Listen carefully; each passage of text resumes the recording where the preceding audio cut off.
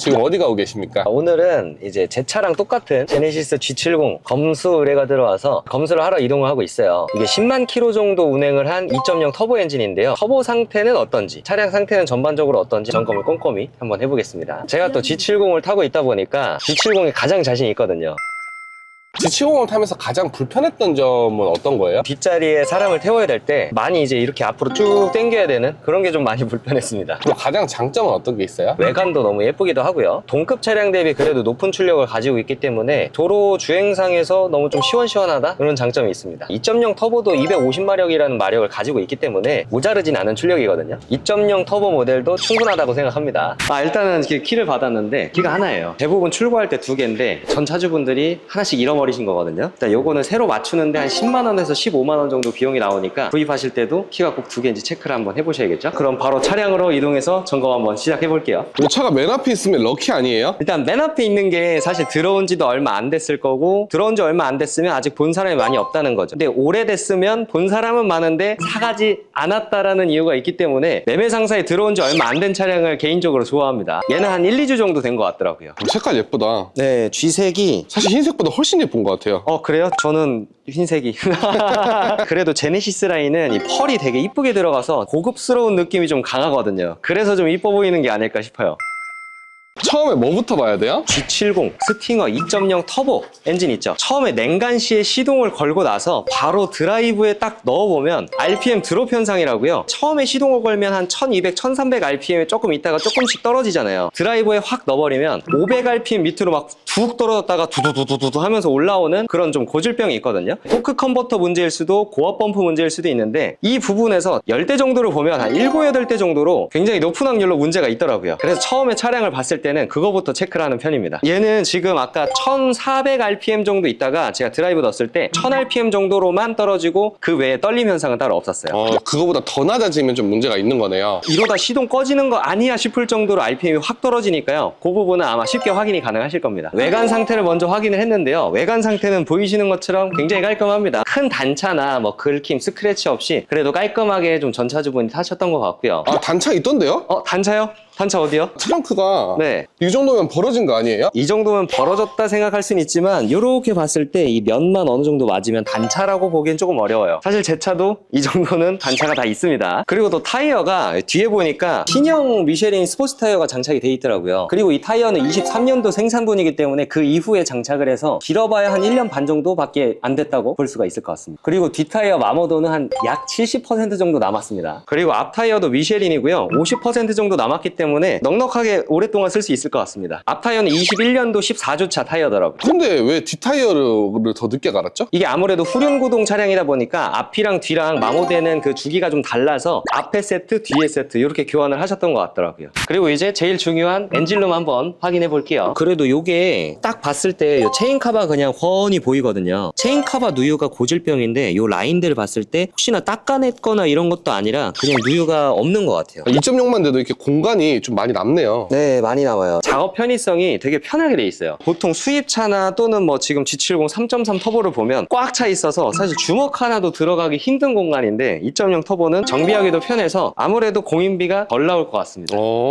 이렇게 엔진룸을 보실 때는 디자인 커버를 이렇게 탈거를 하시고요. 냉각수, 색깔이나 양을 봐주시면 돼요. 색깔이 너무 어둡거나 또는 양이 너무 없거나 너무 많아도 문제가 생길 수가 있겠죠. 그리고 디자인 커버를 벗기면 대부분 로컨 커버가 있는데요. 로컨 커버랑 실린더 헤드, 체인 커버 연결되어 있는 이 부분들을 라인 따라서 확인을 해주시면 돼요. 먼지가 떡이 져가지고 검정색으로 같이 막 뒤섞여 있다. 그러면 누유니까요. 이런 부분도 체크를 한번 해주시는 게 좋겠죠. 일단 터보는 엔진 조수석 쪽에 달려있는 게 대부분이거든요. 얘는 후륜구동 차량이기 때문에 엔진 그리고 여긴 터보입니다. 자세히 보면 달팽이관처럼 생겼고 이 부분에서 혹시나 이제 누유가 되거나 촉촉하게 나오거나 시동을 걸었을 때 엑셀을 밟을 때 휘파람 부는 듯한 소리가 난다면 터보가 이상이 있는 거예요. 터보는 말 그대로 그냥 과급기라고 보시면 되는데요. 산소를 더 공급해주는 산소 호흡기라고 생각하시면 될 것 같아요. 엔진에서 나오는 배출가스의 힘을 이용해서 프로펠러를 돌려줍니다. 프로펠러 뒤에는 똑같은 프로펠러가 있어요. 여기는 배기 밸브, 여기는 흡기 밸브입니다. 이렇게 돌려주면서 청소기처럼 바람을 빨아들이는 거예요. 그래서 더 많은 공기를 밀어 넣어줄 수가 있는 거죠. 그리고 그 임펠러라는 프로펠러가 굉장히 빠르게 돌기 때문에 조금만 문제가 생겨도 소리나 출력에 있어서 좀 영향을 줄 수밖에 없는 거죠. 터보도 네. 관리가 가능한 영역이에요? 어느 정도는 관리를 할 수 있죠. 아무래도 터보에도 엔진 오일 라인이 들어가기도 하고요. 엄청나게 빠른 속도로 회전을 하니까 열을 많이 받습니다. 근데 예열을 하지 않았거나 후열을 하지 않았거나 이런 부분들이 좀 반복이 되다 보면 이게 열 변형이 생길 수밖에 없어서 어느 정도 열 관리, 처음에 출발하기 전에 예열 조금 해주고 주차장 도착해서 30초 정도는 공회전으로 잠깐 기다렸다가 시동을 끄는 습관을 가져주시는 게 좋을 것 같아요. 제가 봤을 때는 지금 위에서는 누유가 없습니다. 근데 제일 중요한 건 리프트를 띄워서 언더커버를 탈거를 하고 봐야 제대로 보는 거예요. 한 10만 킬로 정도 탔는데 네. 누유가 이렇게 없을 수도 있어요? 관리의 주체도 있겠지만 정말 운이라고 생각합니다. 제 차도 엔진 오일을 4,000km마다 갈아주는데도 불구하고 오일 누유가 좀 생겨요. 그럼 엔진 오일 교체를 자주 하는 거랑 누유는 상관관계가 없는 거예요? 물론 엔진 오일을 자주 교환을 해주면 오일 산화나 가스켓 산화 이런 좀 노후를 방지를 할 수가 있기 때문에 조금 더 지연시킬 수는 있어도 누유가 되는 차들은 아무리 관리를 잘해도 누유가 생기긴 하더라고요.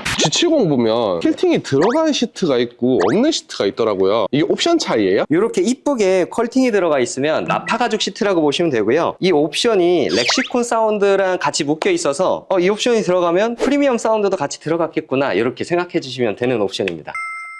핸들이 MDPS 방식이라서 혹시나 이제 제자리에서도 막 덜그럭대는 게 없는지 핸들 유격은 없는지 별다른 문제는 없는지 한번 돌려봐 주시는 게 좋습니다. 근데 이게 옵션이 아까 좋다고 했는데 네. 계기판이 서운하네요? 사실 이 차가 옵션을 넣고 싶어도 이때는 이 계기판 옵션이 없었어요. 이게 18년식인데 이게 2.0 터보 모델은 2020년식부터 3D 계기판을 추가를 할 수 있기 때문에 이 친구는 아무리 옵션을 넣어도 이 옵션이 들어가지 않는 연식이라고 보시면 됩니다. 그리고 보통 이제 썬루프 있는 차량들을 보실 때는 이게 G70은 파노라마 썬루프가 아니라 한 면만 있는 와이드 썬루프잖아요. 그래서 썬루프 소음이 안 나겠지라고 생각을 하시는 분들이 많은데 막상 타보면 썬루프 소음이 많이 심합니다. 특히나 대부분 이제 회전하면서 올라갈 때 또는 내려갈 때 차체가 좀 뒤틀릴 때 그때 많이 나기 때문에 중고차 매매단지에서 시운전 하실 때 꼭 귀를 기울여서 잡소음이 나진 않는지 체크를 한번 해보시는 게 좋습니다. G70 시운전할 때 어떤 걸 가장 잘 봐야 돼요? 대부분 이제 미션 변속 충격을 잘 보셔야 돼요. 전차주분이 험하게 운전을 하셨을 수도 있기 때문에 미션 변속 충격이 막 톡톡 이렇게 걸릴 수도 있거든요. 1단부터 8단까지 다 변속하시면서 확인을 해보셔야 돼요. 이런 스포츠 세단 10만짜리보다 SUV 15만, 20만이 더 나을 수도 있다라는 말이 있던데 맞나요? 그거는 너무 케이스 바이 케이스라 딱 말씀드리긴 어렵고 차량 상태를 봐야지 말씀을 드릴 수 있을 것 같아요. 저는 스포츠성이 있는 차량이더라도 관리만 잘해주면 상관이 없다라고 생각을 합니다.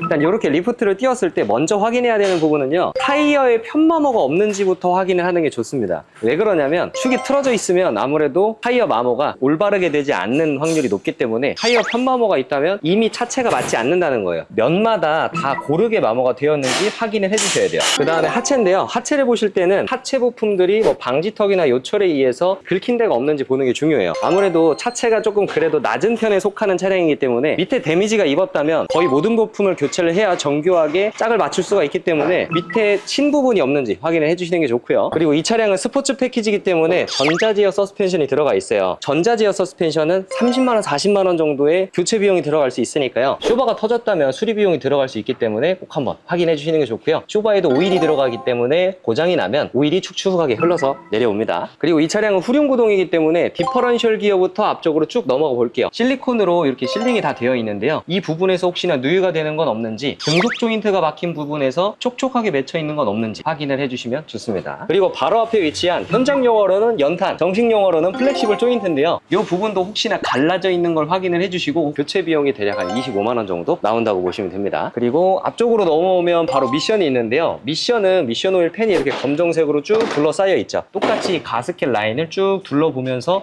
촉촉하게 맺힌 부분은 없는지, 혹시나 이 부분을 긁은 데는 없는지 확인을 해주시면 되고요. 이 차량은 후륜이기 때문에 없지만 가륜이다 그러면 이 부분에 TC라는 트랜스퍼 케이스도 달려 있을 거예요. 엔진에서 뒤쪽으로 쭉 가는 동력을 앞쪽으로 다시 바꿔주는 분배기라고 보시면 됩니다. 이렇게 엔진까지 왔는데요. 엔진은 언더커버에 가려져 있기 때문에 탈거를 해서 한번 보도록 할게요. 여기 보이시는 게 검정색 엔진오일 하부 팬인데요. 상부 팬이랑 연결되어 있는 이 라인도 라인 따라서 쭉 한번 확인을 해주시고, 하부 팬 위에 상부 팬을 보시면 실린더 블록이랑 연결이 되어 있는 이쪽 라인을 확인해 주시는 게 좋습니다. 그리고 카메라에 보이지는 않지만 이제 아까 우리가 위에서 터보를 봤잖아요. 밑에서도 볼 수가 있습니다. 터보 밑에 부분이 훤히 잘 보이고요. 그리고 이쪽 배기 매니폴드에 연결되어 있는 실린더 헤드, 밑에 실린더 헤드 가스켓을 여기 밑에서는 원활하게 또 볼 수가 있어요. 이 부분에서는 누유가 되면 굉장히 큰 작업이 들어가야 되기 때문에 비용이 많이 들어갑니다. 그래서 꼼꼼하게 확인해주고, 그리고 이제 앞쪽 하체를 말씀드리면 뒤쪽은 부싱이 많지만 앞쪽은 볼 조인트, 관절이 많습니다. 여기 보이시는 관절들은 뽀송뽀송하죠. 이 차량은 또 스포츠 패키지가 들어가서 브렘보 브레이크가 장착이 되어 있잖아요. 토피스톤인데 피스톤이 하나, 둘, 셋, 넷 해서 4개가 이제 디스크를 꽉 잡아주는 이런 방식이라고 보시면 되는데, 피는 2개로 잡는 거예요? 네, 맞습니다. 원피는 어떻게 잡아요? 피스톤을 이렇게 민다고 보시면 돼요. 일반적으로 현대기아 차량들의 브레이크 패드는 보통 한 10만 원이 넘질 않거든요. 하지만 브렘보 브레이크는 한 짝당 이제 앞에 세트 기준에서 재료값만 40만 원 정도가 들어가고요. 뒤에 브레이크 패드는 35만 원 정도 하더라고요. 공인비랑 다 같이 하게 되면 거의 90만 원 정도의 소모품 교체 비용이 들어갈 수 있으니까 한번 확인을 해주시면 좋은데, 이 차량은 브레이크 패드는 이제 교체 주기가 다가왔습니다. 대부분 근데 순정으로 교환을 하진 않고요. 브레이크 패드가 이렇게 비싼 경우에는 OEM 제품을 많이 사용을 합니다. OEM은 그냥 일반 패드랑 비슷하게 10만 원 내외라고 보시면 돼요. 그 정도는 제가 지원을 해드릴 수도 있겠죠. 오늘 이렇게 G70을 구매하실 때 주의하셔야 될 점과 리프트를 띄웠을 때 확인을 해야 될 부분에 대해서 말씀을 드렸고요. 난 이 영상을 봐도 잘 모르겠다면 저한테 연락 주시면 제가 친절하게 상담, 점검 다 도와드리겠습니다. 혹시나 오늘 영상도 도움이 되셨다면 좋아요랑 구독, 알람 설정 부탁드리겠습니다. 감사합니다.